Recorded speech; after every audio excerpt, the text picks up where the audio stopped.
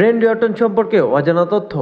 আজকে আমরা জানব রেন্ডি অর্টনের ব্যাপারে অজানা এমন কিছু তথ্য যা আপনারা আগে কখনোই জানতেন না। রেন্ডি অর্টন সম্পর্কে এসব তথ্য জানতে হলে আপনারা পুরো ভিডিওটি দেখতে থাকুন এবং নতুন দর্শক হয়ে থাকলে চ্যানেলটিকে অবশ্যই সাবস্ক্রাইব করুন। রেন্ডি অর্টন সবচেয়ে কম বয়স্ক ওয়ার্ল্ড চ্যাম্পিয়ন। মাত্র 24 বছর বয়সে তিনি ক্রিস ব্যানিয়টকে সামারস্ল্যাম 2004-এর পিবিবিতে হারিয়ে চ্যাম্পিয়ন হন। তাই রেন্ডি অর্টনকে বলা হয় the youngest world champion in WWE history. Randy Orton সবচেয়ে কম বয়স্ক ইন্টারকন্টিনেন্টাল চ্যাম্পিয়ন। মাত্র 23 বছর বয়সে তিনি রব ভ্যান ডামকে হারিয়ে আর্মেগেডন 2003 পিবিবিতে হারিয়ে জিতেন।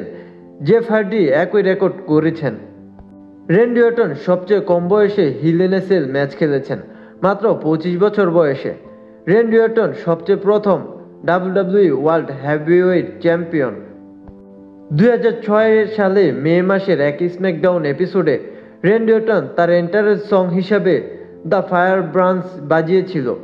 রেন্ডি অর্টনের গিমিকে মানায় না বলে তা বাদ দেওয়া হয়, কিন্তু মজার ব্যাপার মাত্র ওই একই দিনই সেটা ইউজ করেছিল, আর তার কয়েক মাস পরে সিএম পাঙ্ক সেটা ইউজ করা শুরু করে।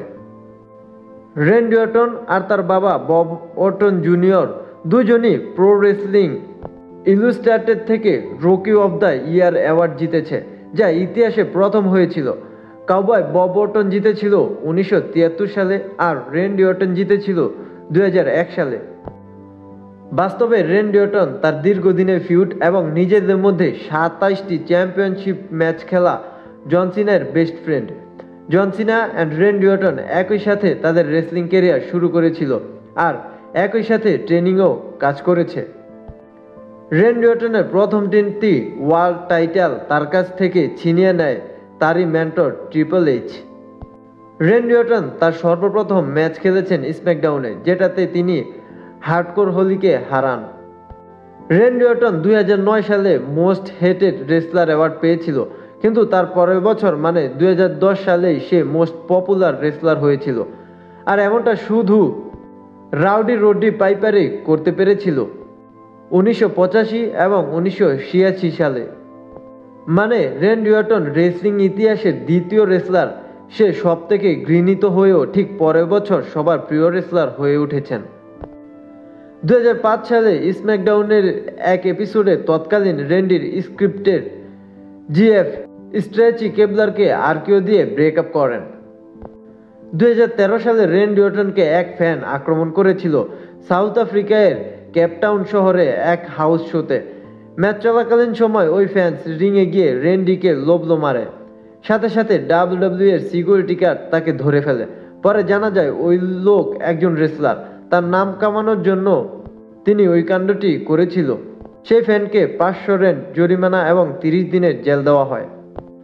আমরা সবাই জানি যে রেন্ডি অর্টনের ফিনিশারের নাম আরকেও, এবং এই মুভটির জন্য রেন্ডি অর্টন কতটুকু জনপ্রিয় তা বলার অপেক্ষা রাখে না।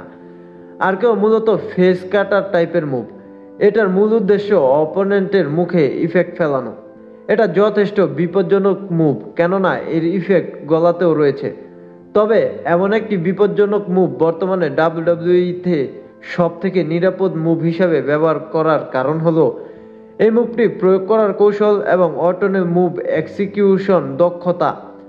রেন্ডি অর্টন তার ক্যারিয়ারের শুরুর দিক থেকেই আরকেওকে তার ফিনিশার হিসেবে ব্যবহার করে আসছেন, এবং সবথেকে অবাক করা বিষয় হলো তিনি এই মুভ দ্বারা কখনোই কারো মেজর ইনজুরি করেননি। তো এই ছিল রেন্ডি অর্টন সম্পর্কে অজানা কিছু তথ্য। ভিডিওটি যদি আপনার ভালো লেগে থাকে তাহলে অবশ্যই লাইক করবেন এবং কমেন্ট করে জানিয়ে দিবেন রেন্ডি অর্টনের অজানা তথ্য জেনে আপনার কেমন লাগলো। আপনি যদি নিয়মিত রেসলিং সম্পর্কে আপডেট পেতে চান তাহলে আমাদের চ্যানেলটিকে সাবস্ক্রাইব করে পাশে থাকবেন। তো আজকে এই পর্যন্তই, দেখা হবে পরবর্তী কোনো ভিডিওতে। ধন্যবাদ।